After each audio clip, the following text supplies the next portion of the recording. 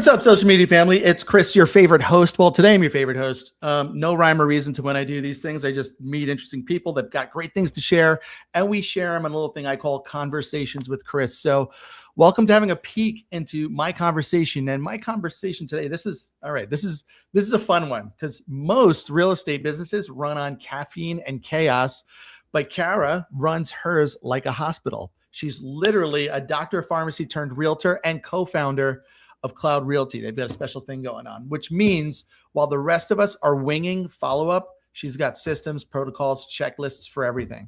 Basically, process nerd in the best way possible. Today, we're stealing her playbook. Kara, welcome. Glad to see you here. Thanks for coming, man. I've been trying to get you and Sean to talk to me for so long. Hi, thank you for having me. I love watching that hype video. Makes you look so cool, Chris. Wasn't it fun? Yeah, you like that song and all those things. Yeah, I did. I got to make a new one actually. I think in a vertical format there, but it'll be good. So let me ask. So most agents come from sales and marketing. I mean, like we get people that have a lot of crossovers. You get agents from sales and marketing, other things. You came from pharmacy. How the heck did that happen? So I knew I wanted to be a pharmacist early on in life. I was 16 and started working my first job. I couldn't wait to start working. And I was just raised in, you go to work, you have your 9 to 5. Never really introduced to the idea that I could work for myself, or on myself for that matter. It was always work for somebody else, right? So super excited to get a job at 16, get a car, pay my insurance, all that jazz. So my first job was in a pharmacy. I fell in love with it. Went to pharmacy school, did the whole degree, all that jazz. And my final year of pharmacy school, I start dating my now husband, who has never liked to work for anyone else, always wants to work for himself. And he has always been in the space of serving other people. And over the course of his career and his experiences in life, he has found he can do a lot of good for real estate agents in his space and his experience with ads, marketing, all that stuff. So he's actually the one that kind of pulled me into it because we were serving agents together. We founded cloudrealty.com together. I wasn't an agent at that point. I was still a pharmacist at home taking care of our babies. And he tells me, he's like, have you ever thought about getting into real estate? I said, well, we do serve agents all the time. Mm-hmm. And I like serving people also. Mm-hmm. I got into healthcare in the first place. So I just said, I'll just try it. Did the course, got my license. Wasn't really active my first year.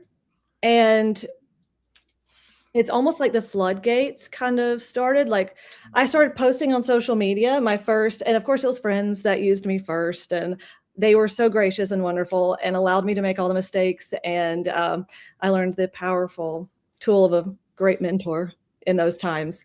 And so those friends really kind of helped me get started. And I posted on social media maybe twice. And since then, it's just been referral after referral. I almost fell into real estate because my husband said, you know what, let's just give it a go. And I said, wow, let's do it. Let's do it. So it's kind of an accident, but I love it.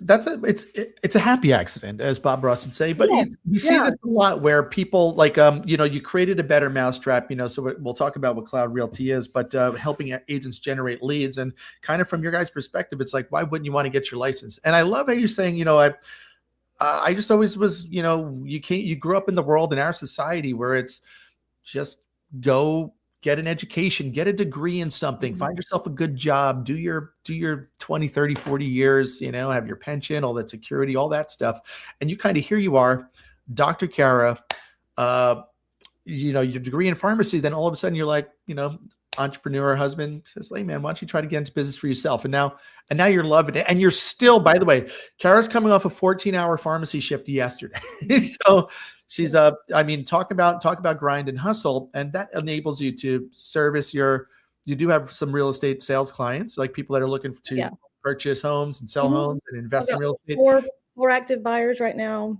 4 active buyers on top of that. And then how many agents are you servicing in the Cloud Realty world? Like where you have your guys were marketing company, and you've Mhm. got how many agents? We've got 100 plus at the moment.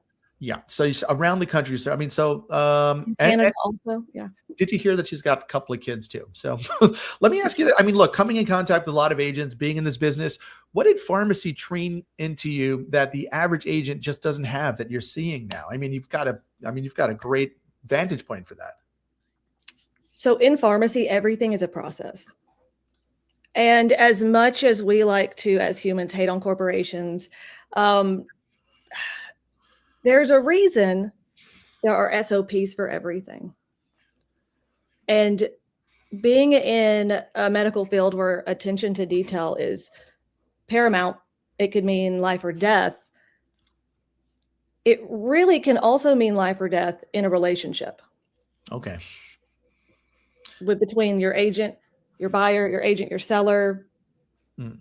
You've got to pay attention to what's important, because every buyer is different. Every seller is different. Some want all the details. Some want to know every time there's a showing. Some want to know, they want to know everything. And some say, just check in with me once every 2 weeks. Let me know how the sale's going. So paying attention to the details that the person, if you let someone talk, they'll tell you what they need. Yeah. So I would say they'll give you all the bullets for your gun to shoot them with, right? So you got to ask them questions. Yes. Yeah, absolutely. And find out what's important to them. And it is literally the same way when I see patients every single day. It almost feels like I'm not moving from one job to the next. When I go from last week, I had a 12-hour day of showing properties to an out-of-town buyer from Florida. The very next day, I was working a 14-hour shift at Walgreens, and it doesn't feel different. I am still servicing people, and pharmacy, believe it or not, is just as much of a relationship game.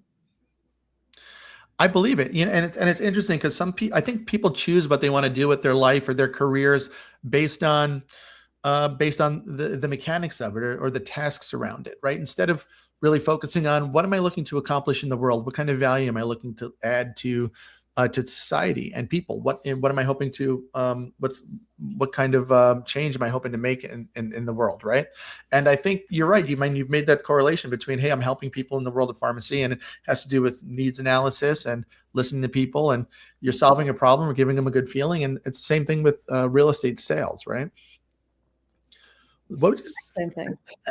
I'm talking to people. Everyone's like, what don't you do? Right. I do a lot of things too. And I'm like, I do everything that has to do with talking to people. And it's just to kind of, it sounds real simple, but that's really everything that I do has to do with me communicating somehow, with the goal of just making people's life a little bit better as a result, of meeting me. And that's all I hope to do.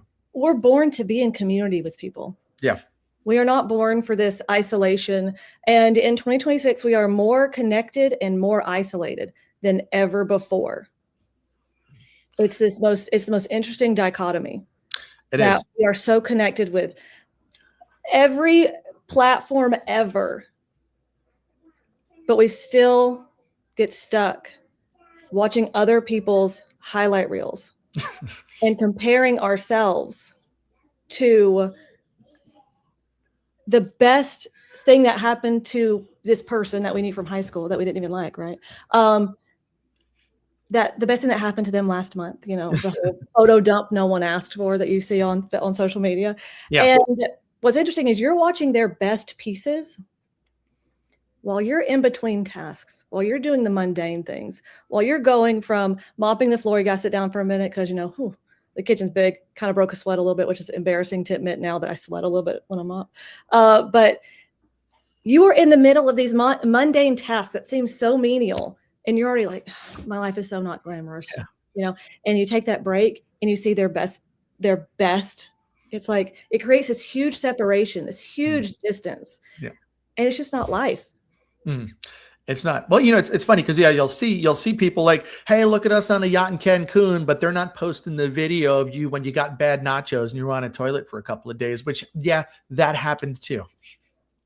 That happened to Chris. Let's be honest. That wasn't me. I think it happens to all of us, but it's but that's exactly right. And that's I'm not much of a social media consumer, and but it is a thing. It does make you feel connected because there's people that, from high school or my childhood friends that I haven't talked to in a while. And it makes me, just by seeing them pop up here, here and there, it makes me feel like I'm still having a relationship with them and I'm in communication with them. And then you see someone in person. It's like, oh, I haven't seen you in 20 years. What do you mean?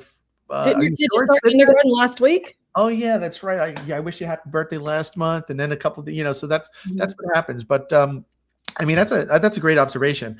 It's and it's almost like I mean, I don't think if it was for business, and I probably would go. People are always like, oh, I always see you on social media. Oh, did you see that thing? Did you see this I posted? Did you see that? And I'm like, no, I'm not really a social media consumer. I don't really pop that thing open, so that's what it is. Unless Sean sends me some funny things, but that's what happens when people send you stuff. But let me ask you, what's we talk a lot about habits, like in the coaching field. It's getting people, which is some of the stuff we're working with some of the cloud realty agents on right now. What's one habit you from your client, from your clinical training, that shows up in your real estate every single day? Wow. Picking the best one is it's hard because there are so many. There's so much overlap. I really think it's just listening. Yeah. A good listening habit. It's so important. People call and they will be so angry about, people get very mad about their medications. They call and the first thing what they want to do is blame pharmacy. Pharmacy messed this up. They don't really want to think about the fact that their doctor sent the wrong thing in, but they just want to call and they just want you to hear them. I mean, it's so easy to jump into, hold on, I know I didn't do this and my team didn't do this. Early on, before problem solving and truly good customer and patient service was a cornerstone for me. I was just kind of getting my footing, getting my grounds. Early on, I was so quick to jump to, whoa, hold on. That worked about 0% of the time. It is literally, oh, I cannot believe that happened. I am so sorry that happened. I want to take care of you. You are my patient. I'm going to take care of you. And when they hear they're being heard, it's a game changer. They go from angry and mad to, wait, this person's my advocate. And it is the exact same in real estate. Yeah. They just want to hear you. They just want to know you're hearing them. It's that customer service training. I don't think we have that in real. Is this something that comes naturally to you, or did you have training around that? Like kind of this listening, this deep listening, customer service. I was growing up, I was taught to listen to respond, not to understand. And so that was what has been like drilled into me. And in pharmacy school, we actually had an entire semester where we learned this thing called motivational interviewing. And if you don't know what it is, I know it's kind of an umbrella term, but in healthcare, it's, let's say, Chris, you want to quit smoking. I need to it's a whole step-by-step process. They tell you where they're at, the details, how often they're smoking, how early in the day when they wake up, they have a cigarette, time to first cigarette. But it's when someone has said they want to make a change and listening to where they are, formulating a plan together. And basically, I really think it comes down to, it's actually a really good sales tactic of using their words and what they say to sell them on the dream. They say they want to quit smoking. You find out what's important to them. Mm-hmm. Oh, so you told me you just had your very first grandbaby. Mm-hmm. Oh my gosh, that is so special. And, so you're going to build a playground in the backyard for that brand new grandbaby. And you must be so excited to play with that brand new baby. Going deeper into that why, really get them connected. You go into the why, and then you tie it all in at the end. Like, this is not just about you quitting smoking. This is about you giving your family the opportunity to have more time with you, because you're selfish if you don't, because your family is going to miss you. Yeah. It's if you're on the couch from COPD, or if God forbid you get lung cancer. And it's the same. I mean, with everybody, and you can use motivational interviewing techniques in any field. It Sure. doesn't have to be pharmacy, but that was one key thing that I learned in pharmacy school that has helped me in all facets of life. Yeah, I teach the agents I work with the same thing in real estate. Like you're working with a buyer, and people will tell you a feature. Hey, I want a big kitchen, or I'd like a large backyard. And then most agents will say, okay, great, large kitchen, large backyard. Next, how many bedrooms do you need? Right. So, what's important about a large backyard? Is it that you want to grow a garden, or did you have kids that play soccer, or do you want a big kitchen because you're going to do a kitchen?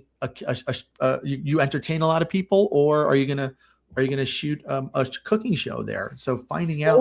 Selling the vacation and not the plane ride. Mhm.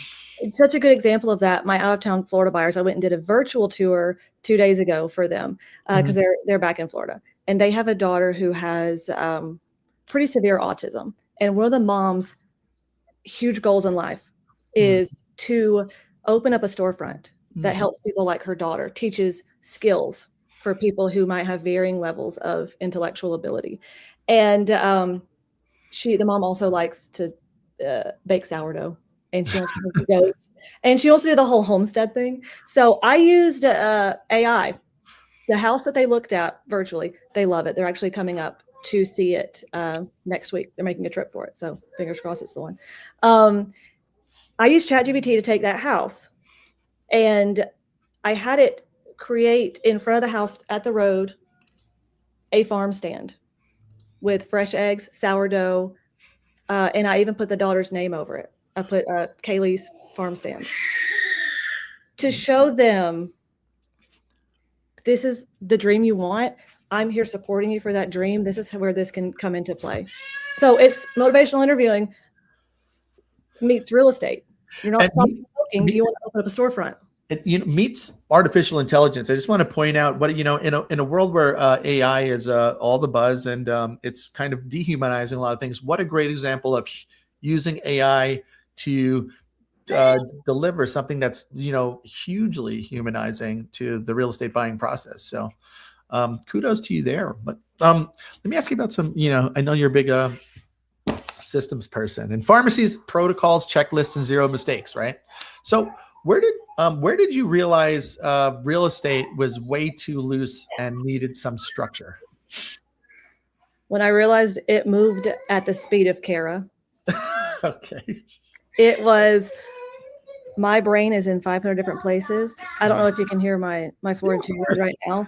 Yeah, tell them to go talk to them. I know you got. They just came crashing in from the toy room, and I'm like, oh my God. So my brain is always in 500 different places, and on top of that, I've got ADHD. So, Chris, if you ever text me and you don't get a text back, I've read it and I'm working on whatever that mental note is. And then you forget. I do the same thing. It's why I don't want to read the stuff until I'm ready to respond. I mean, I get it. It's such a good. I'm going to take that. But needing, I had to, or else I wasn't going to succeed. And that's where my husband comes in, Sean. He pushes me and helps me grow and shows me the side of myself that I don't like, all out of love, because he knows I'm capable of so much. He has been just instrumental in helping me develop those systems and processes, because if I didn't have them, I don't even know. I would never text people back. I'd lose clients. I would forget about the request for repair. I would not schedule the home inspection, Yeah. What's a process that you've built that immediately improved results? I mean, does anything stand out to you? Anytime I have anything to share, really, social media is a really powerful tool. Because like I said, I wasn't doing a lot. My friends, of course, trusted me. Thankful for that. But when I started just posting that I closed a house, like with a screenshot, I got on Canva, made something real quick.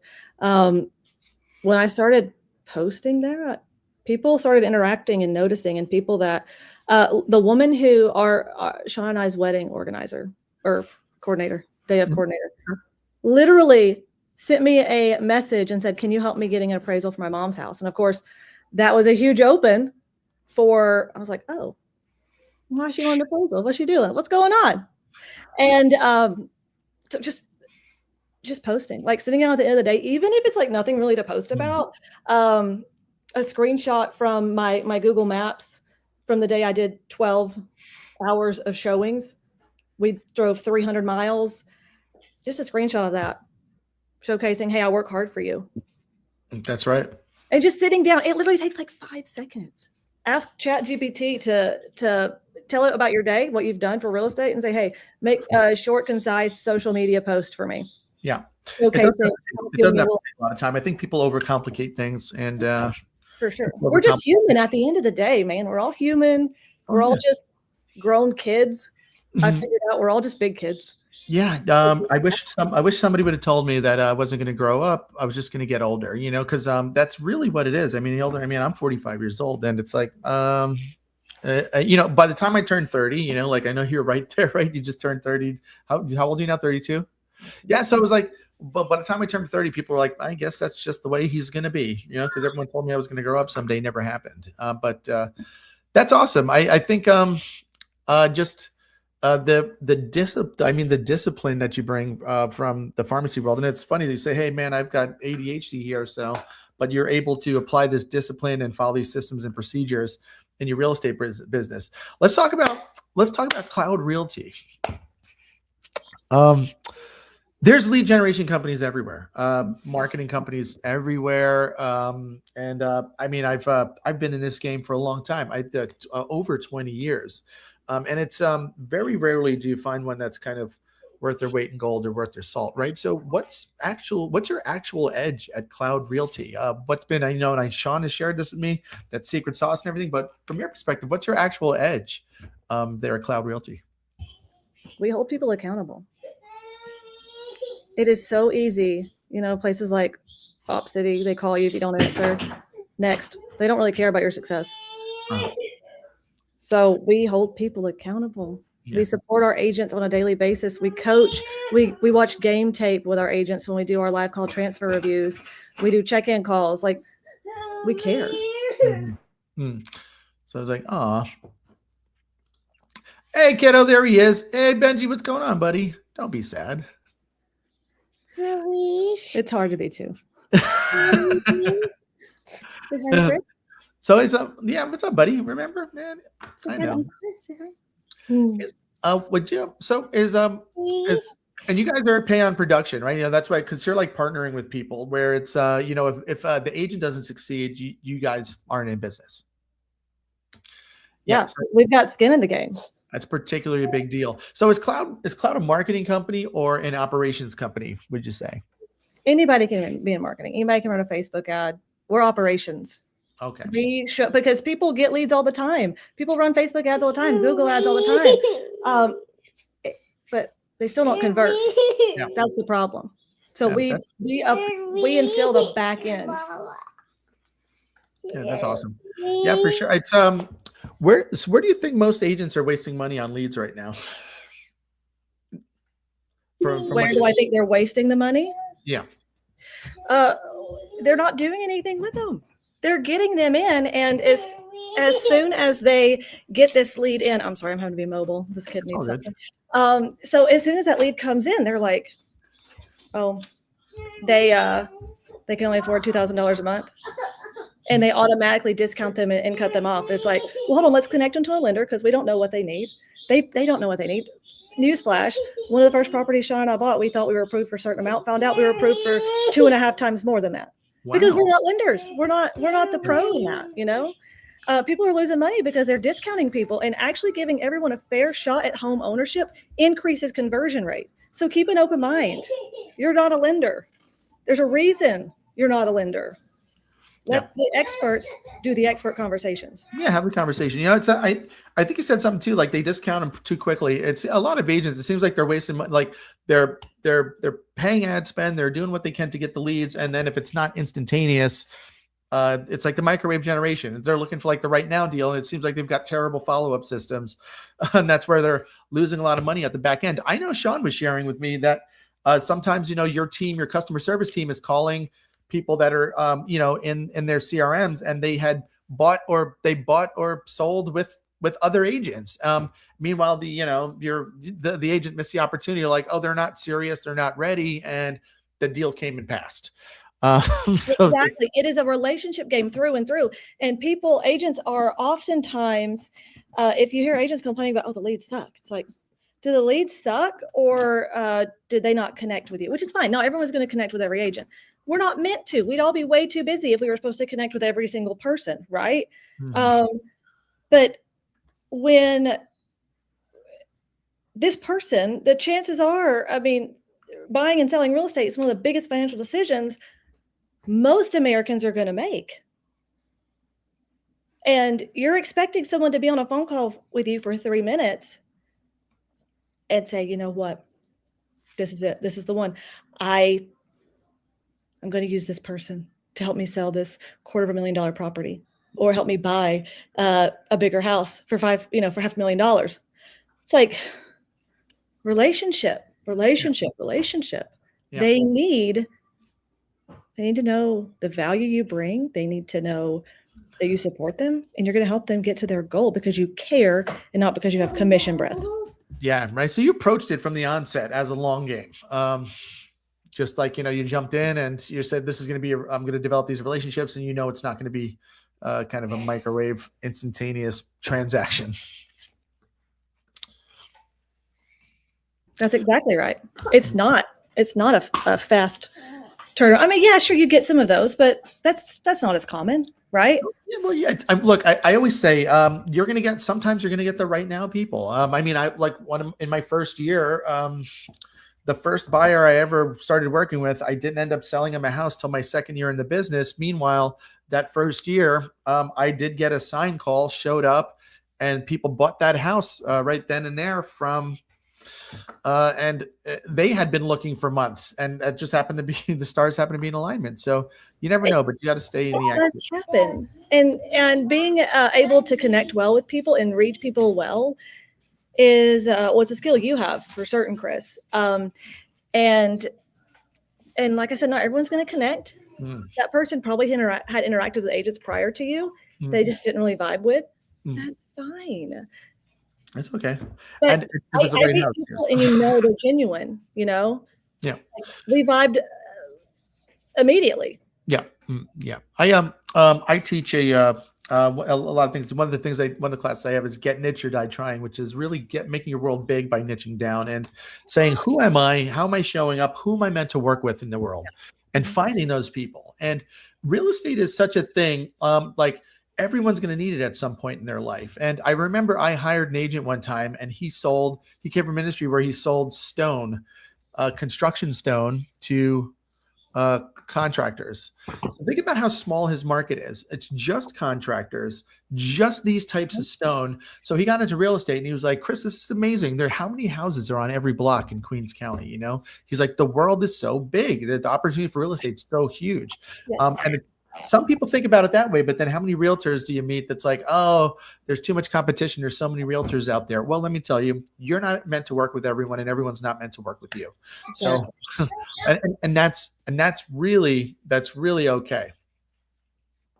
So give me an example of like your process here. So a lead comes in, you start working with somebody.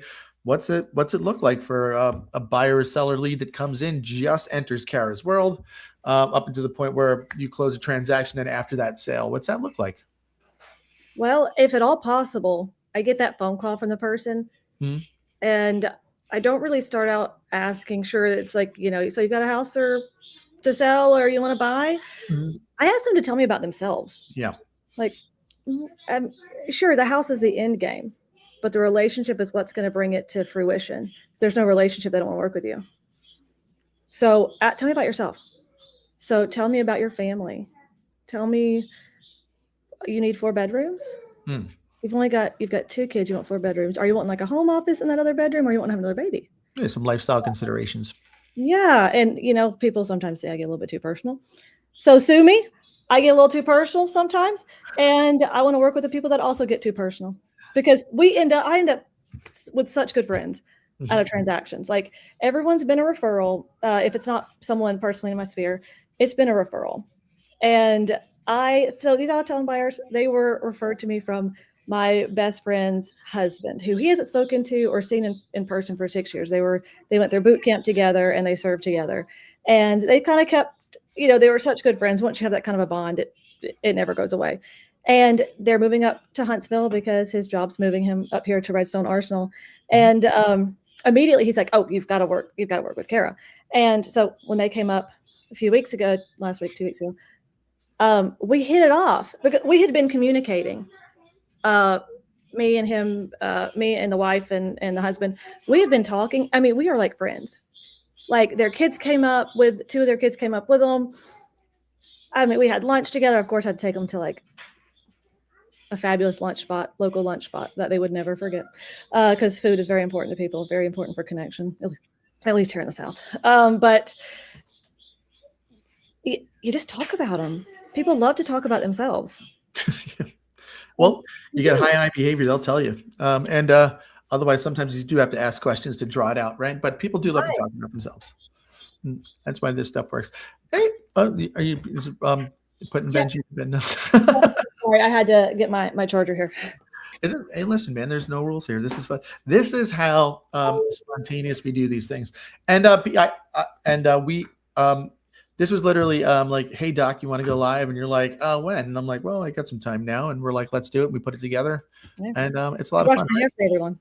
Yep, and Benji joined us. So I like to do like kind of a lightning round. So can I throw some rapid fire questions out there about your playbook?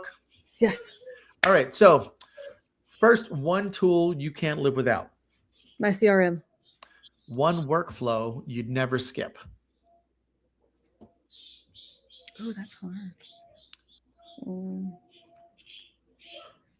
Probably the initial introduction meeting. I could never skip that.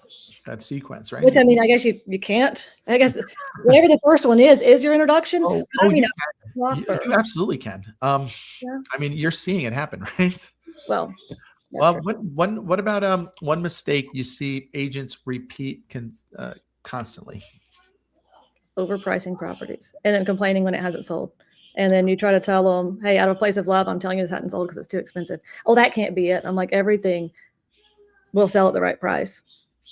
And you just don't have it yet. Yeah, that's so common, right?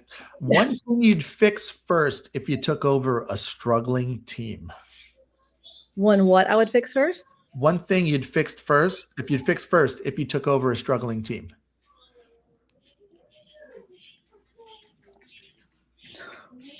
Accountability. I mean, why are you struggling? Chances are really good it's going to come back to accountability. Sure. In some form or fashion, whether it's the management of the team or the individual agents. Can't go wrong there. And how about if someone wants to scale faster, what should they stop doing immediately?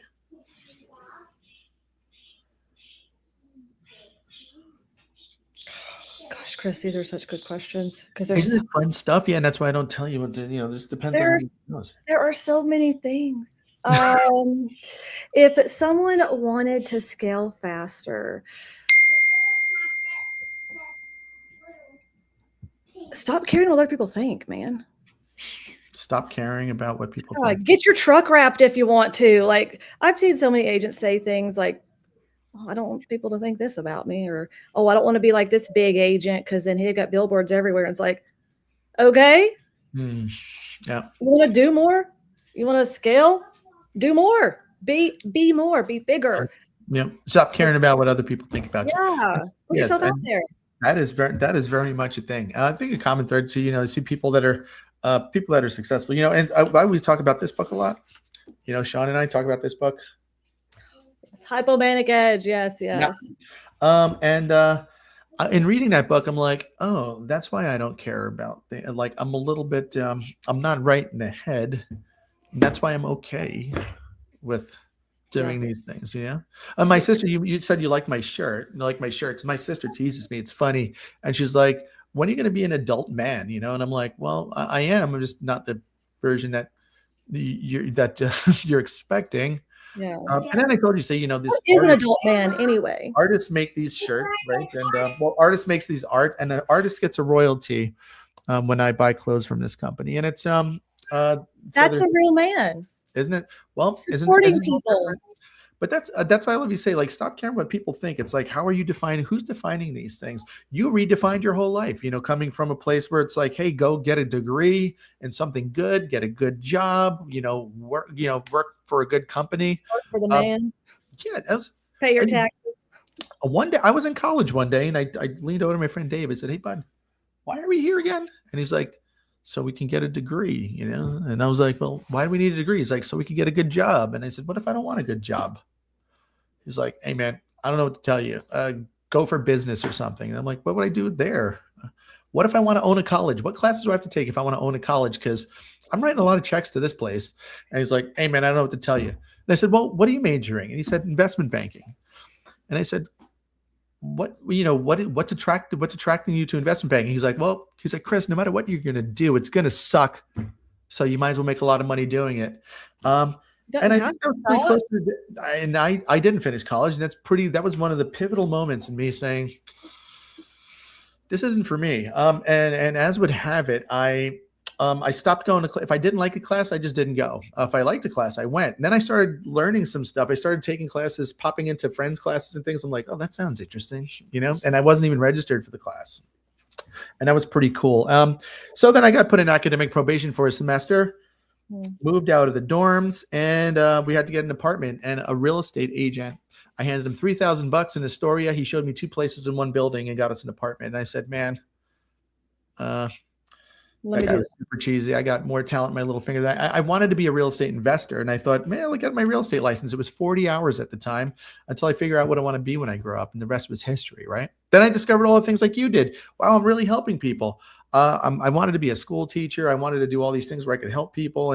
But then I realized that I'm like, man, I became so passionate about helping people achieve the dream of home ownership and help them solve their problems and give them, helping dreams come true. It was such a fun thing for me because I never fancied myself a salesperson. Let me ask you this. Yeah. If I shadowed you for a day, what would surprise me? How much I run around and chase kids, which you can probably hear crying right now. Oh, I'm not surprised at all. I was surprised you're able to pop on here in the middle of the afternoon, but we don't care, man. We bring the kids. Everybody's along for the ride. So what do you believe about real estate that most agents disagree with?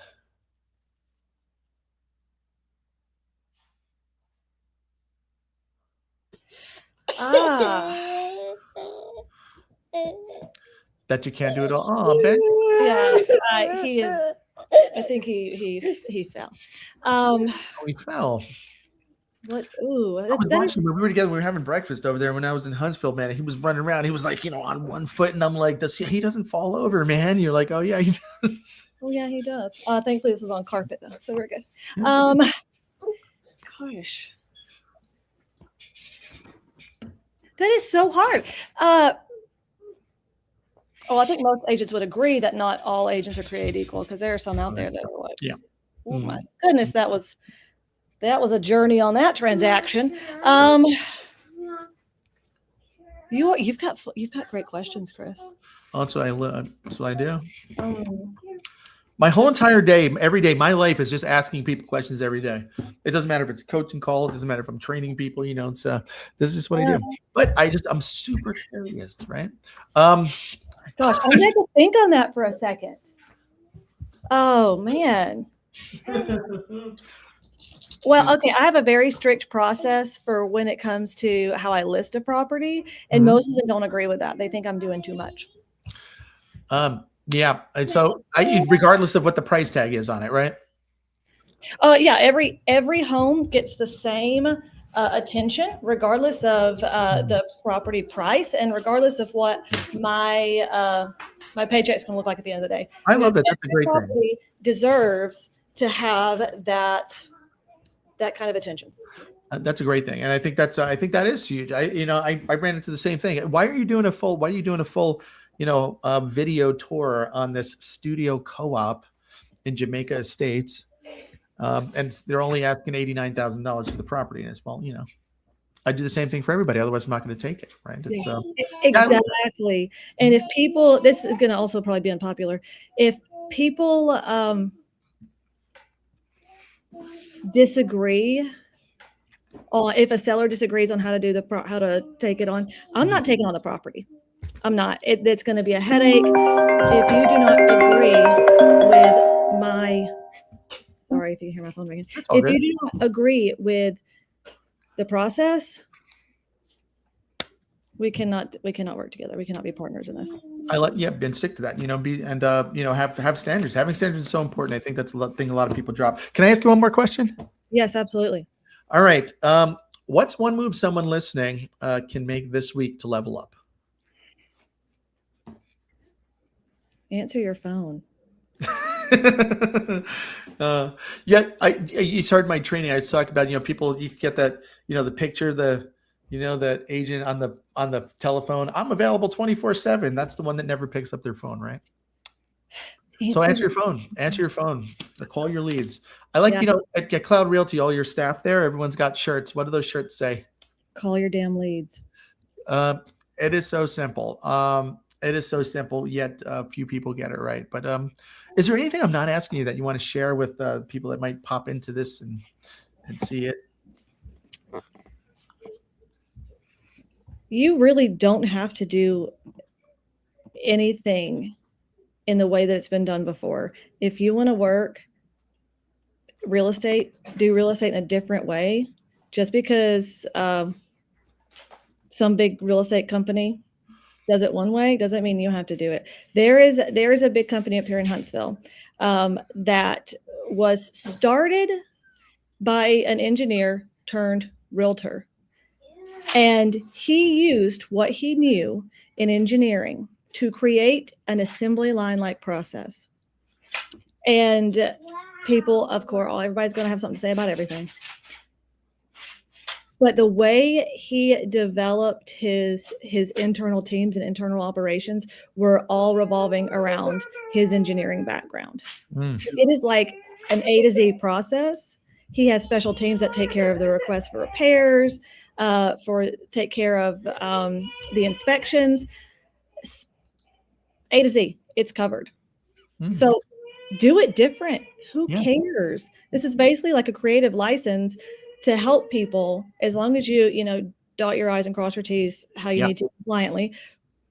Be weird. Be the weird pharmacist, be the weird real estate agent who is obsessed with football. Like we've got one in Huntsville that's obsessed with pickleball. He has a pickleball and paddle thing in his logo. His car is wrapped with it. So people know that one of his passions in his life is pickleball. He serves his community that way. He does community fundraisers with pickleball tournaments. And it all comes back to being an advertising opportunity and getting his face and his name out there. So do it different. Yeah. Who cares? You don't have to do it like everybody else. Get crazy headshots done, wear a floor-length fur coat. People remember that stuff. Yeah. I love that. That's great advice. Thank you so much for joining us today, man. It's you've got it, man. You've got these things figured out. You've got a lot of balls up in the air for sure. And I really enjoy working with you guys. And thanks for popping on today last minute, not knowing what I was going to ask you, kids and all. It is my pleasure. Thank you for dealing with the mobile camera. Easy enough. We are so flexible here. We are doing it different for sure. And let's go. We got to tug on Sean, get him to join us next time. And then we can have next time I'm up there in Huntsville or something, you guys are down here, we can do it all, Yes. We can do it all in person. It'd be a lot of fun. Yeah. Well, thank you for having me. I really enjoyed it, as always. Of course, be on the lookout for these. We're going to start dripping these things out. Kara's real easy to get in touch with. Just follow these videos, and there's going to be more videos coming and clips. And you can, reach her out there on Instagram. CloudRealty.com is the place to check out what they've got going on. And we are looking forward to seeing you out there again in the virtual world. Thank you so much.